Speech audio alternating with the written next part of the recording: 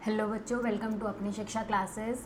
जैसे कि हमने लास्ट क्लास में अपना पार्ट 1 कंप्लीट किया था, आज हम अपना पार्ट 2 शुरू करने जा रहे हैं। जिस भी बच्चे ने अगर पार्ट 1 नहीं देखा है तो वो नीचे डिस्क्रिप्शन पे पार्ट 1 का लिंक मेंशन है, आप वहाँ पे जाके पार्ट 1 भी देख सकते हैं। तो टाइम वेस्ट ना करते हुए हम लोग अपना पार्ट 2 शुरू करते हैं।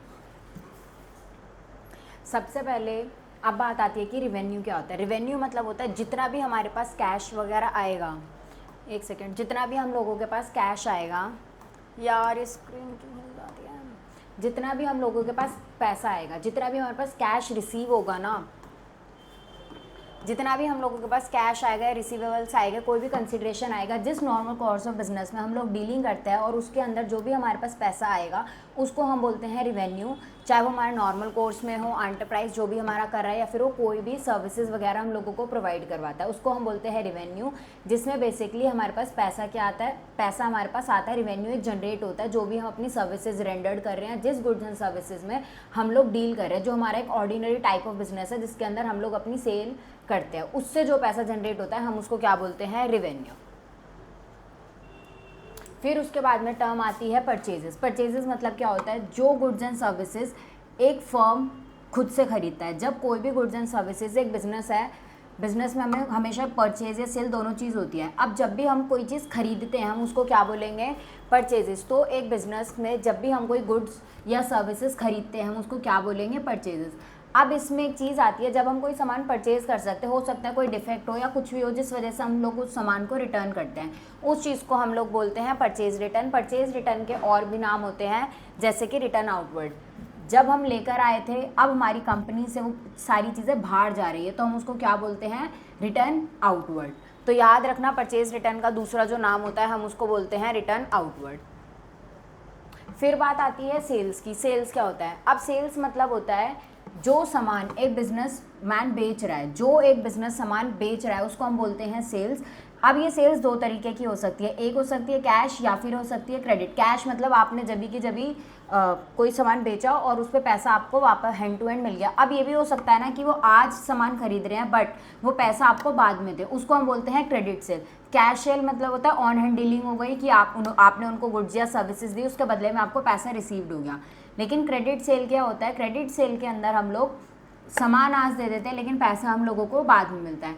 अब सेम परचेज रिटर्न की तरह इसमें भी एक सेल्स रिटर्न वर्ड आता है। सेल्स रिटर्न मतलब होता है जो सामान आपने बेचा वो वापस आ गया। परचेज रिटर्न का दूसरा नाम होता है रिटर्न आउटवर्ड, लेकिन सेल्स रिटर्न का जो दूसरा नाम होता है हम उसको बोलते हैं रिटर्न इनवर्ड।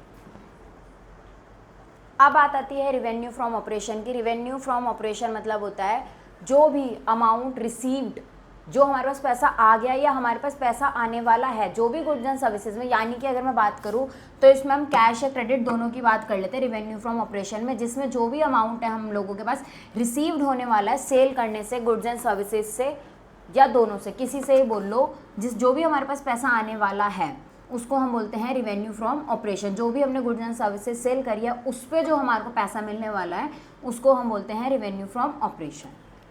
अब बात आती है गुड्स की। गुड्स मतलब क्या होता है, जो भी हमने गुड्स मैन्युफैक्चर्ड करे हैं या खरीदे हैं रीसेल करने के पर्पज़ से, हमने कोई भी चीज़ खरीदी है कि भाई कोई भी गुड्स एक ऐसा जिसमें हमने चीज़ें खरीदी थी कि हम इसको मैन्युफैक्चर करेंगे और फिर उसको बेच देंगे, तो ऐसे गुड जो परचेज करे गए थे रीसेल करने के लिए या मैन्युफैक्चर करने के लिए उसको हम बोलते हैं गुड्स। उसके बाद में बात आती है स्टॉक या फिर इन्वेंट्री, दोनों एक ही बात होता है। स्टॉक मतलब होते हैं जितने भी हमारे पास अनसोल्ड या अनयूज मैन्युफैक्चरिंग प्रोडक्ट बचे हैं हमारे पास पर्टिकुलरली। अब ये ना दो तरीके के हो सकते हैं, एक होता है हमारा ओपनिंग स्टॉक, एक हमारे लिए होता है क्लोजिंग स्टॉक। ये मैं आपको बता देती हूँ ओपनिंग और क्लोजिंग कब माने जाएंगे। एक हमारा होता है कैलेंडर ईयर, एक होता है हमारे लिए अकाउंटिंग ईयर। कैलेंडर ईयर तो हम नॉर्मली बोलते हैं जो 1 जनवरी से शुरू होता है और 31 दिसंबर को एंड हो गया, ये तो हमारे लिए नॉर्मली कैलेंडर ईयर की हम बात करते हैं। लेकिन अगर हम अकाउंटिंग ईयर की बात करें, जो हम अकाउंट्स के अंदर यूज़ करेंगे वो होता है 1 अप्रैल। अगर मैं इस ईयर की बात करूँ तो 1 अप्रैल 2025 में शुरू हुआ और ये एंड कब होगा, 31 मार्च 2026 के अंदर। अब ये चीज़ तो हो गई। अब 1 मार्च को जो भी हमारी चीज़ें थी, 1 अप्रैल 2025 में जो भी हमारे पास स्टॉक पड़ा होगा, जो भी सामान हमारे पास बचा होगा, उसको हम बोलते हैं ओपनिंग स्टॉक। और जो भी हमारे पास 31 मार्च में होगा उसको हम क्या बोलेंगे? Closing stock. तो अब यहाँ पर अगर बात करेंगे कि ओपनिंग स्टॉक कब आया, तो हम बोलेंगे 1 अप्रैल पे जो भी हमारे पास स्टॉक बचा होगा, जो भी सामान हमारे पास बचा होगा, उसको हम 1 अप्रैल पे देखेंगे, उसको हम बोल देंगे ओपनिंग स्टॉक। और जो क्लोजिंग स्टॉक है वो हम कब बोलेंगे? 31 मार्च में, कि 31 मार्च को हमारे पास कितना बच रहा है। अब इन्वेंट्री या स्टॉक कुछ भी हो सकता है, या तो गुड्स की भाई जो हमारे पास टोटली ऐसे गुड्स हैं जो हमें बेचने हैं या मैन्युफैक्चरिंग के लिए हैं वो, ठीक है, रीसेल के लिए या मैन्युफैक्चरिंग के लिए जो हमारे पास गुड्स बचे हैं वो तो हो गए गुड्स।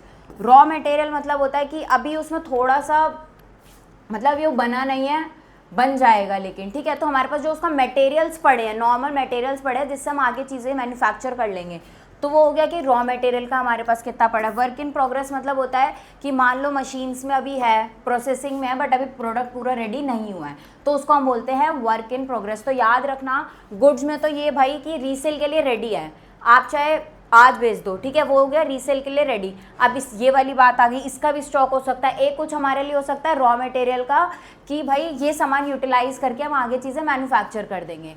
उसके बाद में बात आती है work in progress. Work in progress यानी कि अभी मशीन्स में है, वो प्रोसेस में है, बट पूरा नहीं हुआ है अभी। उसके बाद में अब आता है ट्रेड रिसीवेबल्स। याद रखना सबसे पहले ट्रेड रिसीवेबल्स हम लोगों के लिए एसेट्स कहलाए जाते हैं। ट्रेड रिसीवेबल जो होता है हम लोगों का डेटर्स और बिल रिसीवेबल्स का सम होता है। अब डेटर्स किसको बोलते हैं? एक पर्सन या फिर कोई भी एंटिटी हमारी जिसको हमने गुड्स सेल करे क्रेडिट पे। जैसे कि सेल्स में कैश या क्रेडिट ट्रांजैक्शंस होती है, वैसे ही परचेजेस में भी कैश या क्रेडिट ट्रांजैक्शंस होती है। अब कैश में हो गई तो बात वहीं ख़त्म हो गई, लेकिन अगर क्रेडिट ट्रांजैक्शंस होगी तो हम उसको कैसे लेंगे? हमने आज सामान खरीद लिया लेकिन अभी हमने उसको पैसे नहीं दिए, ठीक है, तो हमारे ऊपर हमने सामान बेच दिया लेकिन अभी तक हमारे पास पैसे आए नहीं हैं, तो वो हमारे लिए क्या कहलाए जाएंगे? डेटर्स। डेटर्स भी अगर इंडिविजुअल पे बात करूँ तो डेटर्स भी एसेट कहलाएंगे, बिल रिसीवेबल भी एसेट्स कहलाए जाएंगे और ट्रेड रिसीवेबल्स भी हमारे लिए एसेट्स कहलाए जाएंगे। क्यों? क्योंकि यहाँ पर अभी कंपनी में, एक बिजनेस में पैसा आएगा, ठीक है। तो याद रखना डेटर्स एक वो बंदा होता है जिसको हमने गुड्स जो हैं क्रेडिट पे बेचे होते हैं, गुड्स जो है वो क्रेडिट पे बेचे हैं। अब आता है बिल रिसीवेबल्स। बिल रिसीवेबल्स क्या होता है? बिल रिसीवेबल्स मतलब होता है एक ऐसा बिल ऑफ एक्सचेंज जो कि एक डेटर एक्सेप्ट करता है कि हाँ मैं इस स्पेसिफाइड डेट पर आपको आपके पैसे दे दूंगा, जो भी आपने सेल वगैरह करी थी उस पर जो पेमेंट आपकी बनती है वो मैं आपको एक स्पेसिफाइड डेट पे दे दूंगा। तो याद रखना बिल रिसीवेबल मतलब होता है एक ऐसा बिल ऑफ एक्सचेंज जो एक डेटर क्या होता है एक्सेप्ट करता है कि हाँ भाई जो भी अमाउंट है हम आपको स्पेसिफाइड डेट पे कर देंगे। अब इस वाले केस में क्या होता है ना, एक बिजनेस में पैसा आ रहा होता है तो ये हमारे लिए क्या कहलाए जाते हैं? एसेट्स। अब सेम इसमें परचेजेस के टाइम पर बात आ जाती है ट्रेड पेबल की। अब ट्रेड पेबल हमारे लिए कहलाई जाती है लायबिलिटीज़। अब ये लायबिलिटीज़ क्यों होती है? क्योंकि अब हमने जो चीज़ परचेज़ करी है, अब हमने परचेज़ करी है उधार में, तो हमारे ऊपर लायबिलिटी बन गई कि हमें सामने वाले का पैसा क्या है? देना है। तो उस केस में हम लोग क्या बन जाते हैं? सामने वाले के लिए क्रेडिटर। हम क्या बन जाते हैं? क्रेडिटर। क्रेडिटर मतलब क्या होता है? एक ऐसा पर्सन जहाँ पर अमाउंट हमें पे करने पड़ते हैं, जो भी गुड्स एंड सर्विसेज एक एंटरप्राइज ने ली होती है उस पर जो पैसा हमें देना है, तो हम उसके लिए क्या बन जाते हैं? क्रेडिटर। कि हमें अपना उनको पैसा देना है, हमारे ऊपर एक तरीके से कर्जा है जो हमें सामने वाले को पे करना है, इसलिए हम इसको क्या बोलते हैं? लायबिलिटी। अब बात आती है बिल्स पेबल की। बिल्स पेबल मतलब क्या होता है? अब बिल ऑफ एक्सचेंज एक्सेप्ट करा जाता है उस पर्सन के द्वारा जो सामने वाले को देगा, स्पेसिफाइड डेट पे करेगा। जब हम सेल्स करते हैं तो उस टाइम पर बिल रिसीवेबल बनता है जहाँ पर हमारे पास पैसा रिसीव्ड होना होता है। अब इस वाले केस में जब हम परचेज करते हैं, इस वाले केस में बिल्स पेबल होता है जहाँ पर हम लोग बिल एक्सेप्ट करते हैं कि हाँ हम स्पेसिफाइड डेट पर आपको आपका पैसा रिटर्न कर देंगे। तो याद रखना चाहे ट्रेड पेबल वर्ड हो, क्रेडिटर हो, बिल्स पेबल हो, तीनों में ये आता है कि आपके ऊपर एक लायबिलिटी है जो आपको पेड ऑफ करनी है। फिर बात आती है डिस्काउंट की। डिस्काउंट मतलब क्या होता है? कोई भी गुड्स वगैरह है उस पर जो रिडक्शन होता है, जो भी गुड्स होती है उस पर जो भी हमारा रिडक्शन होगा उसके प्राइस में हम उसको बोलते हैं डिस्काउंट। अब डिस्काउंट हमारे 3 तरीके के होते हैं, ट्रेड डिस्काउंट, कैश डिस्काउंट और रीबेट। अब ट्रेड डिस्काउंट क्या होता है? जो भी सेलर जब कोई अच्छी क्वांटिटी या फिर वैल्यू में कोई भी सामान को खरीदता है उस पर जो डिस्काउंट दिया जाता है उसको हम बोलते हैं ट्रेड डिस्काउंट। कोई भी रिडक्शन प्राइजेस में हुआ सेलर के द्वारा, जब कोई सेलर परचेजर को क्या करता है, कोई भी गुड्स वगैरह देता है एक क्वांटिटी एक वैल्यू में कुछ अच्छे अमाउंट में, तो उस पर ट्रेड डिस्काउंट लगता है। एक चीज़ याद रखना, आगे आएगी वैसे वाली चीज़, ट्रेड डिस्काउंट कभी भी हम लोग जर्नल एंट्रीज वगैरह करेंगे ना उसमें हम शो नहीं करते, हम परचेजेस का अमाउंट वही मानते हैं जो आफ्टर डिडक्शन ट्रेड डिस्काउंट आता है, ठीक है। फिर बात आती है कैश डिस्काउंट। कैश डिस्काउंट मतलब होता है कि आपने बोला कि अगर कोई चीज़ 10,000 रुपये की है, कोई चीज़ 10,000 रुपये की, आपने बोला भैया टाइमली अगर मैंने ना तो आपको 2-4 दिन में पैसे दे दिए ना तो आप 1,000 रुपये कम कर देना, 9,000 ले लेना, तो ये जो 1,000 रुपये थे ये क्या कहलाया जाएगा, डिस्काउंट। तो कैश डिस्काउंट मतलब होता है कि आप अगर उसको टाइमली पेमेंट कर देते हो या जब भी पैसे दे देते हो तो उस पर जो डिस्काउंट मिलता है उसको हम बोलते हैं कैश डिस्काउंट। फिर बात आती है रिबेट। रिबेट मतलब होता है, ये भी एक तरीके से रिडक्शन ही होता है, लेकिन इसमें क्या होता है, अगर किसी चीज़ की एक्सेस सप्लाई है, सप्लाई बहुत ज़्यादा और डिमांड कम है, या फिर किसी की पुअर क्वालिटी है, कोई भी गुड जिसकी पुअर क्वालिटी है, या फिर उस वजह से अगर मुझे कोई डिस्काउंट देना पड़ जाए उसको हम बोलते हैं rebate. Like for example, normally हम वाइट शर्ट का एग्जांपल लेते हैं। कोई वाइट शर्ट थी, ठीक है, वो 1,000 रुपीज़ की थी मान लो, ठीक है, वाइट शर्ट हमारी 1,000 की थी, लेकिन उस पर कोई जैसे कि वो नॉर्मली अगर हाथ पे मिट्टी अगर हम उस पर लगाते तो थोड़ी गंदी हो गई, उसकी वजह से क्या हुआ, मान लो उन्होंने बोला कि भैया देखो ये तो ऐसी हो रही है हम नहीं लेंगे, तो आप एक काम करो 200 रुपये कम कर लो, ठीक है। तो ये जो 200 हुआ ना ये होगा रिबेट, कि उसकी भाई कुछ था उस पर गड़बड़ थी, कुछ डिफेक्ट था जिस वजह से हमने उसको वो करवा लिया, उसकी जो अमाउंट है वो रिड्यूस हो गई। कैश डिस्काउंट और रिबेट में यही एक मेजर फ़र्क है। कैश डिस्काउंट मतलब होता है अगर आप टाइमली पेमेंट कर दोगे तो आपको जो डिडक्शन मिलेगा उस पर बात आएगी, लेकिन रिबेट में क्या होता है, या तो किसी की कुछ पुअर क्वालिटी होगी या फिर सप्लाई वगैरह ज़्यादा होगी तो उस टाइम पे रिबेट मिलता है। उसके बाद में बात आती है कॉस्ट। कोई भी गुड्स बनाने में कितना पैसा लगा उसको हम बोलते हैं कॉस्ट। जैसे कि ये है, इसको बनाने में मेरा कितना पैसा लगा, इसको हम बोलते हैं कॉस्ट। कॉस्ट मतलब कोई भी एक्सपेंस परचेज या मैन्युफैक्चर करने में गुड्स हमारा कितना पैसा लगा उसको हम बोलते हैं कॉस्ट। अब बात आती है वाउचर। वाउचर मतलब होता है जो भी ट्रांजैक्शन हुई, जो भी सेल परचेज हुई, उसका एक उस ट्रांजैक्शन का एक एविडेंस होता है जो किसके उस पर आता है वाउचर। एक तरीके से जैसे इनवॉइस बोल लो, कैश मेमो वगैरह बोल लो, कोई भी बिल रिसीट्स वगैरह बोल लो, उसको हम बोलते हैं वाउचर। अब ये दो तरीके के होते हैं, सोर्स और अकाउंटिंग वाउचर, जिसके अंदर हम लोग अपना डेबिट वाउचर और क्रेडिट वाउचर बनाते हैं, ठीक है। अब हम बात करते हैं बैड डेब्ट्स की। बैड डेब्ट्स क्या होता है, जो भी हमारे डेटर्स थे, मान लो मेरे डेटर्स थे 10,000 रुपये के, अब उन्होंने ना सिर्फ 9,000 रुपये ही पे करे, तो जो 1,000 रुपीज़ है अब ये क्या कहलाए जाएंगे, बैड डेब्ट्स की। भाई ये जो है हमारे लिए बिजनेस में इरिकवरेबल हो गया, ये पैसा हमारे पास आएगा ही नहीं। ये एक बिजनेस के लिए लॉस माना जाता है कि हमने कोई सेल करी 10,000 रुपये की, लेकिन उस पर हमारे को सिर्फ कितने पैसे मिले, 9,000 रुपये। तो ये जो 1,000 रुपये का जो लॉस हुआ है इसको हम क्या बोलते हैं, बैड डेब्ट्स। अगर बाय चांस ये पैसा कभी बाद में जाके हमें वापस मिल जाता है तो हम उस वर्ड को बोलते हैं बैड डेब्ट्स रिकवर्ड, बट अगर ये पैसा नहीं मिलता तो हम उसको बोलते हैं बैड डेब्ट्स। उसके बाद में बात आती है बैलेंस शीट। बैलेंस शीट एक फाइनेंशियल स्टेटमेंट का पार्ट होता है जिसके अंदर एक टी शेप फॉर्म में बनता है, जिसमें हम अपनी लायबिलिटीज़ और एसेट्स को शो करते हैं।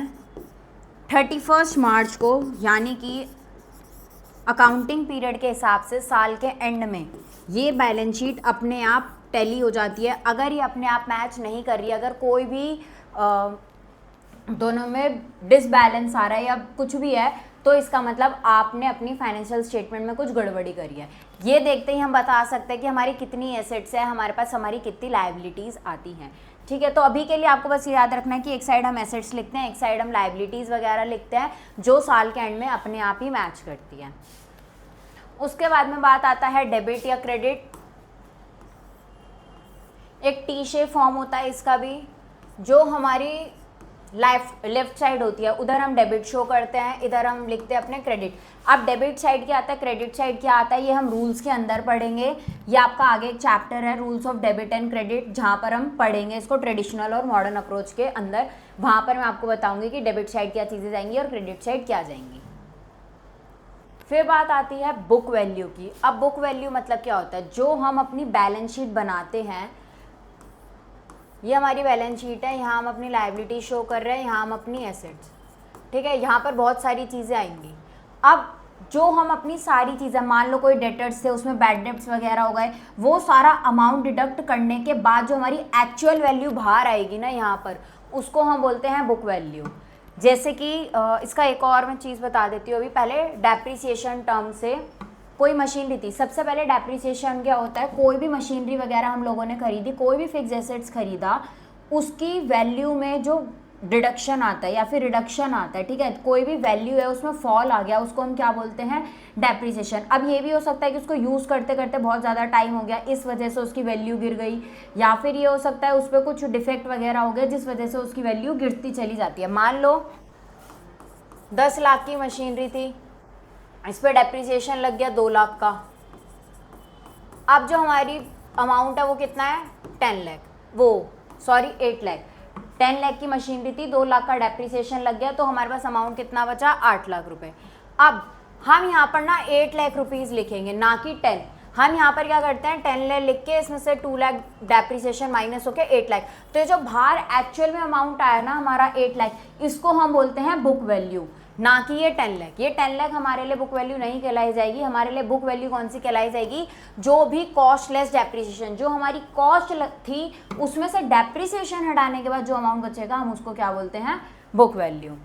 अब बुक्स ऑफ अकाउंट मतलब क्या होता है, बुक्स ऑफ अकाउंट मतलब होता है जो भी ट्रांजेक्शन्स वगैरह रिकॉर्ड हुई है या ट्रांसफर्ड, यानी कि हम इसके अंदर जर्नल, लेजर, ट्रायल बैलेंस वगैरह के बारे में बात कर रहे हैं, ठीक है। अभी याद रखना कि बुक्स ऑफ अकाउंट एक ऐसी चीज़ होती है जहाँ पर जो भी हमारी चीज़ें हुई वो हम फटाफट रिकॉर्ड करते हुए चलते, सेल हुई, परचेज हुई, सैलरी गई किसी के भी, कोई भी एक्सपेंस वगैरह हो गया, वो सारा हम नोट करते हुए चलते हैं, उसको हम बोलते हैं बुक्स ऑफ अकाउंट, यानी कि हम बात करें तो जर्नल या लेजर की।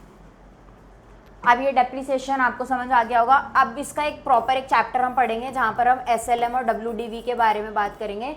SLM होता है एक तरीके से स्ट्रेट लाइन मेथड, WDV होता है रिटर्न डाउन वैल्यू मेथड। अभी बस इतना ही याद रखना है, इसलिए आगे के लिए हम डेप्रिसिएशन चैप्टर में बात करते हैं। फिर बात आती है एंट्री। कोई भी ट्रांजेक्शन्स या कोई भी इवेंट वगैरह हुआ जो हम बुक्स ऑफ अकाउंट्स के अंदर लिखते हैं, जैसे कि अभी मैंने चीज़ बोली थी कि भाई कोई भी सेल परचेज वगैरह हो गई, हम नोट कर रहे हैं, वो हो गई, एक पर्टिकुलर चीज़ को लिखना, उसको हम एंट्री बोलेंगे, ठीक है। और जिसके अंदर ये सारी चीज़ें रिकॉर्ड होती है हम उसको बुक्स ऑफ अकाउंट बोलते हैं। फिर बात आती है इंसॉल्वेंट और सॉल्वेंट की। जब कोई भी पर्सन उस पोजीशन में नहीं होता कि अपने डेट्स वगैरह क्लियर कर पाए, जब कोई भी पर्सन अपने डेट्स वगैरह क्लियर नहीं कर पाता, यानी कि वो बैंकरप्ट हो चुका है, उसका पैसा ही नहीं है, कुछ कर लो, जहाँ पर वो अनेबल होता है अपने डेट्स वगैरह पे करने के लिए, हम उसको बोलते हैं इंसॉल्वेंट। सॉल्वेंट मतलब क्या होता है, एक ऐसा पर्सन जो उस पोजीशन में है, उस पोजीशन में है कि वो अपने डेट्स वगैरह क्लियर कर सकता है, वो सॉल्वेंट। लेकिन अगर वो पे नहीं कर सकता तो हम उसको क्या बोलेंगे, इंसॉल्वेंट। तो ये सारी आप लोगों की अकाउंटिंग टर्म्स थी। ये नहीं अभी है प्रोप्राइटर। प्रोप्राइटर मतलब क्या होता है, जो एक ऑनर अपने बिजनेस में इन्वेस्ट करता है पैसा, उसको हम बोलते हैं प्रोप्राइटर, ठीक है। अब ये 2 तरीके के फंड हो सकते हैं, या तो ऑनर का खुद का पैसा हो सकता है ऑनर्स फंड, या हो सकता है उन्होंने मार्केट से लिया हो बोरोड फंड, बैंक वगैरह से, ठीक है। तो प्रोप्राइटर वो होता है एक ऐसा पर्सन जो कि इन्वेस्ट करता है अपने बिजनेस में और सारा जो रिस्क वगैरह होता है बिजनेस से रिलेटेड वो सारा बियर करता है। उसके बाद में बात आती है फाइनेंशियल स्टेटमेंट और फाइनल अकाउंट की। इसमें हम लोग trading account, profit and loss account और बैलेंस शीट बनाते हैं। अभी फाइनेंशियल स्टेटमेंट और फाइनल अकाउंट को लेके बस आप लोग इतना याद रखना कि ये अकाउंटिंग पीरियड के एंड में बनती है, जहाँ पर हम ये पता लगा पाते हैं कि हमारी कंपनी ग्रो कर रही है या नहीं। हम इसकी हेल्प से अपना डाटा को कंपेयर कर सकते हैं। मान लो 1 या 2 साल से ज़्यादा का डाटा है, हमने बैलेंस शीट वगैरह बना रखी है, तो हम ये पता लगा सकते हैं कि हमारा नेट प्रॉफिट, ग्रॉस प्रॉफिट वगैरह किस किस तरीके से राइज कर रहे हैं या डाउन में जा रहे हैं, ठीक है। तो ये हमारी अकाउंटिंग टर्म थी बेसिकली। ये सारी हमारी अकाउंटिंग टर्म्स कंप्लीट हो चुकी है। Thank you.